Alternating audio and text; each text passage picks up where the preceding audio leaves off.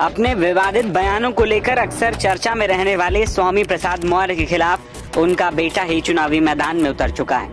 इसके बाद कुशीनगर लोकसभा सीट पर मुकाबला अब दिलचस्प होता दिख रहा है। कुशीनगर सीट से पहले राष्ट्रीय शोषित समाज पार्टी के अध्यक्ष स्वामी प्रसाद मौर्य चुनाव लड़ रहे थे। अब उनके बेटे उत्कृष्ट मौर्य ने अपने पिता के खिलाफ निर्दलीय नामांकन कर दिया है, जिसके बाद पिता स्वामी प्रसाद मौर्य के खिलाफ बेटा उत्कृष्ट अब निर्दलीय ही चुनाव लड़ेगा। बता दें कि यूपी की कुशीनगर सीट पर नामांकन की आखिरी तारीख 14 मई थी और इस सीट पर 1 जून को मतदान होना है। उत्कृष्ट मौर्य मंगलवार को कलेक्ट्रेट पहुंचे और अपना पर्चा दाखिल कर दिया। हालांकि इस दौरान पिता स्वामी प्रसाद मौर्य उनके साथ दिखाई नहीं दिए। इससे पहले 9 मई को स्वामी प्रसाद मौर्य भी कुशीनगर सीट से अपना पर्चा दाखिल कर चुके हैं। वो अपनी पार्टी आरएसपी के उम्मीदवार होंगे, लेकिन अब उनके बेटे के भी निर्दलीय चुनाव मैदान में आने के बाद पिता और पुत्र एक सीट पर आमने सामने दिखाई देंगे। स्वामी प्रसाद मौर्य काफी समय से अपने बेटे की राजनीति में जगह बनाने की कोशिश कर रहे हैं।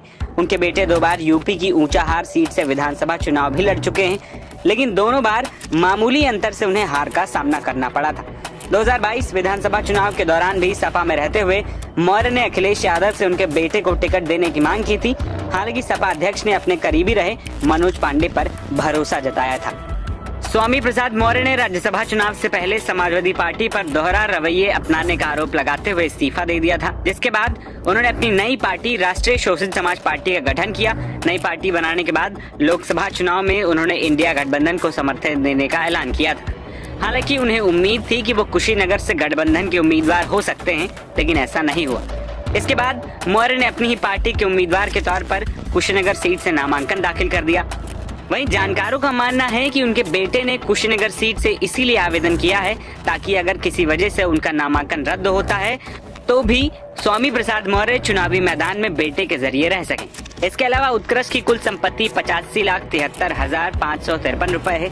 वहीं उनकी पत्नी के पास 11,08,450 की चल संपत्तियां हैं। इसके अलावा मौर्य की बेटी तनिष्का के नाम 19,19,477 रुपए की चल संपत्ति है और उनके बेटे सम्राट के पास 7,33,862 रुपए की चल संपत्ति है। वहीं हलफनामे के अनुसार अगर स्वामी प्रसाद मौर्य की संपत्ति पर नजर डाले तो मौर्य के पास 50,000 रुपए कैश और उनकी पत्नी सविता के पास 30,000 रुपए नगद है।